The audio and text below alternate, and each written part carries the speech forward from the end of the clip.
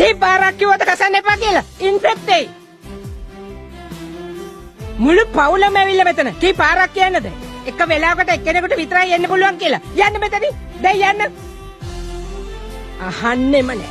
ලෙඩ රිස්ක් කරන්නේ කොහොමද? මේ බලන්න.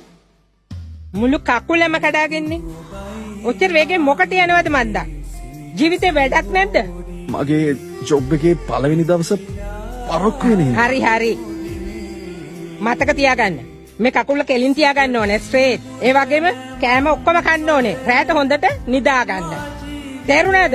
ඔව්. නර්ස් කෙනෙක්ද නැත්තම් ජේල කෙනෙක්ද? සිස්ටර් මාර්තා කියන්නේ මෙතන ඉන්න ලොකු නර්ස්. එයා හරිම හොඳයි. ස්වීට්ද? මෙතන ෆෝන් පාවිච්චි කරන්න බෑ. ඒයි කසන්න එපා. ඔක්කොම කන්න ඕනි. අංකල්. ඒයි ලෙඩුන්ට කරදර කරන්න එපා.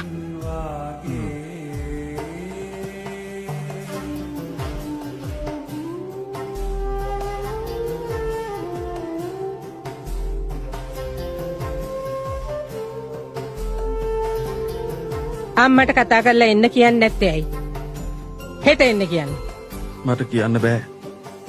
අම්මා වෙන නගරක තනියම ඉන්නේ. එයා දැනගත්තොත් මට මෙහෙම වෙලා කියලා. හරි. නිදා ගන්න. පොඩි කාලේ මම ලෙඩ වුණාම අම්මගේ අතින්ම හදපු ස්පෙෂල් කිචඩි එකක් කවනවා. අම්මා අතින් හදපු ඒ කිචඩි එක බෙහෙත් වගේ වැඩ කරනවා.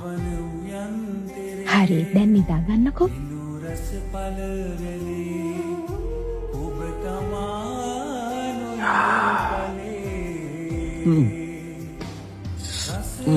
Thank you so much miss. මේක අපේ අම්මා හදන කිචඩි එක වගේමයි. තෑන්ක්ස් කරන්න ඕනේ මට නෙවෙයි මාර්තා මැඩම්ට. එයයි ගෙදරින් හදාගෙන ආවේ. ඔයාගේ ස්පෙෂල් කිචඩි. ඒත් ඇයි මාර්තා මැඩම් මෙච්චර සැර දාන්නේ? ඒක තමයි වැඩේ. අපි නර්ස්ලා සැර කරනවා දකිනවා. ඒ වචන පිටිපස්සේ තියෙන සැලකිල්ල කාටවත් පේන්නේ නැහැ.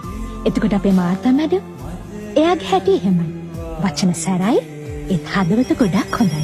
නීලදැසේ පුතුවා ඔබේ ප්‍රේම ආලිංගනේ ගීත ගාවේ දැනුණා සොඳුරු දෙහදරන් සත්සරේ